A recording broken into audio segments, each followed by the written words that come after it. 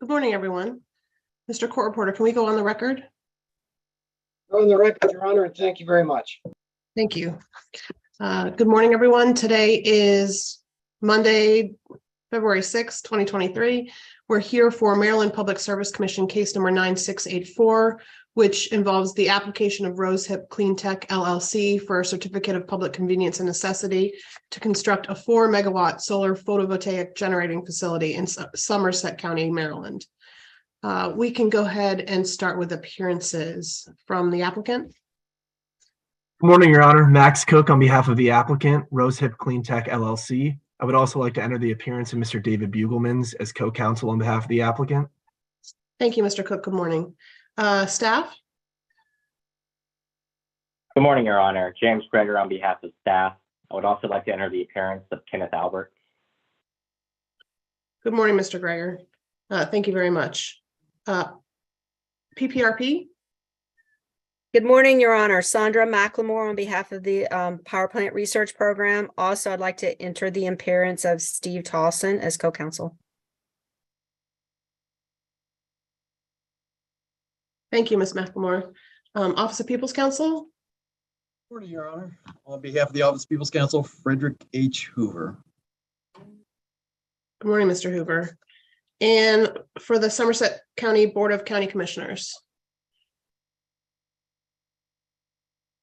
So I think your mic is turned off. Kirk Simpkins, County Attorney for Somerset County, on behalf of the intervener. Good morning, Mr. Simpkins. All right, turning to the applicant, do you have some items to introduce this morning? Yes, Your Honor. We have 2 exhibits we'd like to mark and enter into evidence this morning. Go ahead. As applicant exhibit 1, we would like to mark the Worcester County Certificate of Compliance filing consisting of 4 pages filed on November 8th, 2022 under mail log number 300067. That is so marked. Are there any objections to the admission of applicant exhibit 1? Hearing none, applicant exhibit 1 is admitted. Thank you, Your Honor. And second, we have applicant exhibit 2, which we would like to mark the certificates of publication for this pre-hearing conference, consisting of 8 pages filed on February 1st, 2023 under mail log number 301111. Applicant exhibit 2 is marked. Are there any objections to its admittance at this time?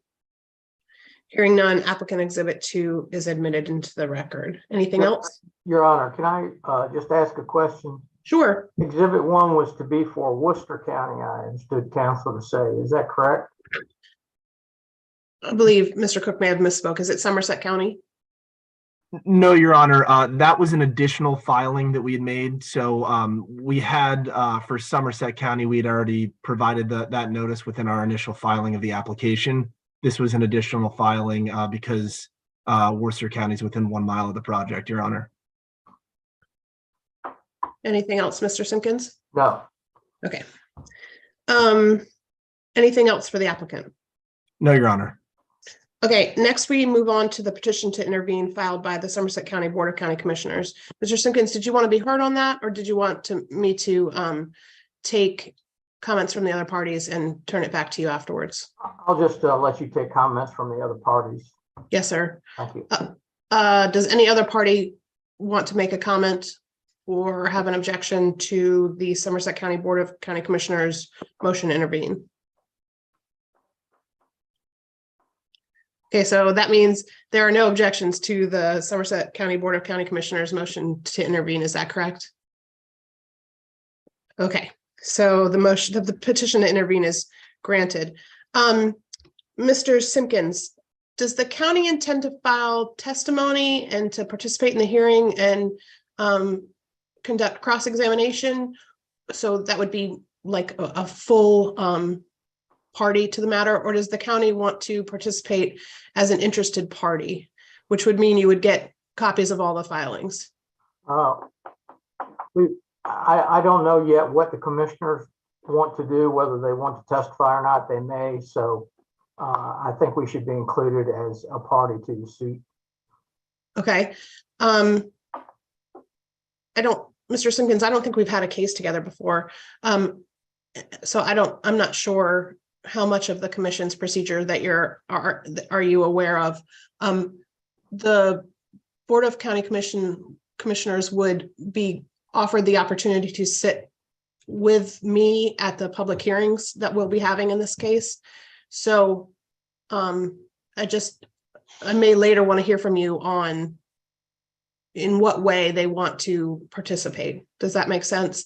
If they're going to participate and testify, then they may not want to sit with me for the public hearings.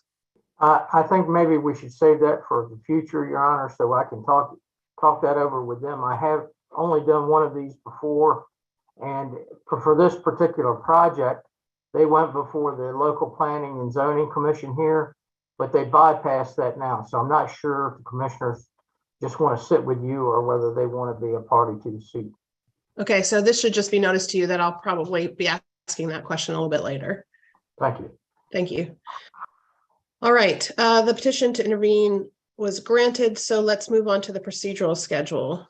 I received one from you all last week. Thank you so much. That's huge. It's always great to have it in advance of the hearing. Remind me, who was in agreement to that procedural schedule? Maybe Mr. Cook, you can answer that. Yes, Your Honor. The applicant had worked with PPRP, OPC, and staff with respect to that schedule, and we provided that on Friday so that the county, as well as Your Honor, would have a chance to review that. Okay, Mr. Cook, why don't you go ahead and go through that schedule to put it into the record? Yes, Your Honor. So the pre-hearing conference proposed for today, February 6, 2023. The first public comment hearing proposed for March 22nd, 2023. Applicant's direct testimony due date, March 29th, 2023. PPRP, OPC, staff, and potentially the county's direct testimony due date, June 30th, 2023. The second public comment hearing to be held between July 18th and July 20th, 2023. And in the event of a settlement, Your Honor, the settlement status hearing update would be July 21st, 2023. And then if there's a settlement, a hearing on July 27th, 2023? Yes, Your Honor, I believe that is accurate. Okay, so for the public hearings, I would like for the first one to be virtual, the March 22nd hearing. And for the second one to be in person. For the in-person hearing, July 18th is not an open date for me, so it would have to be between July 19th and July 20th. Has the applicant looked into locations for that yet? Not yet, Your Honor, but that's something that that we can certainly move forward with. Okay, so I would like to change that date to sometime between July 19th and July 20th. And that is my only comment on the procedural schedule proposed by the parties. Mr. Simpkins, are you in agreement, or did you want to be heard on the procedural schedule proposed by the other parties? The procedural schedule is fine with me, Your Honor, but the second hearing, will that be in Somerset County? Yes. Okay. Yeah, that'll be fine, Your Honor. So the hearing, I would like for the hearing to be in person. I would like for it to be as close as possible to the project.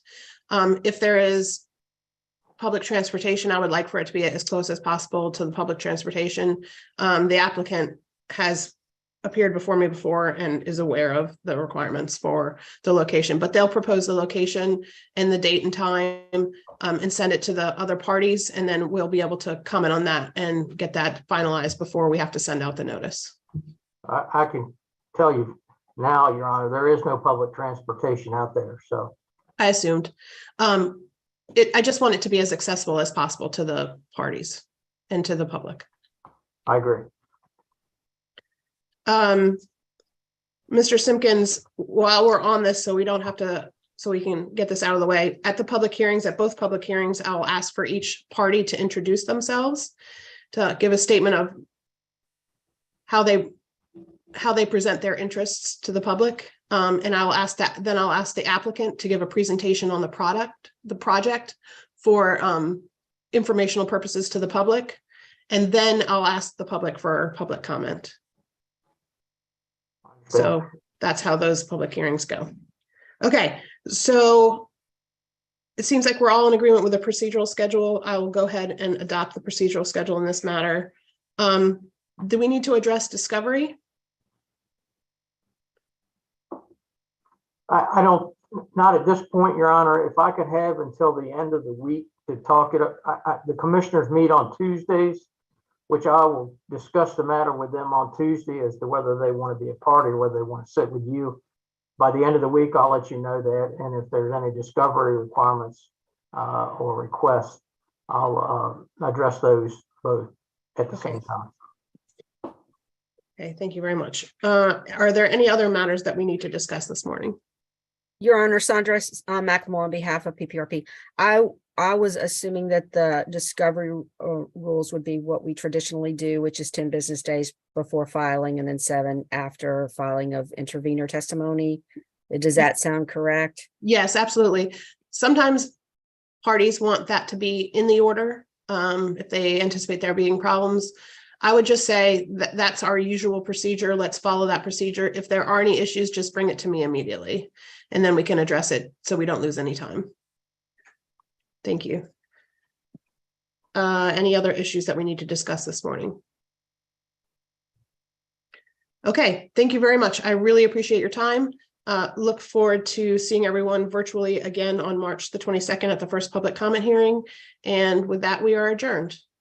Court reporter, can we go off the record? Thank you very much. Thank you, Mr. Court reporter. Thank you, everyone. Thank you, Your Honor. Your Honor. Thank you, Your Honor.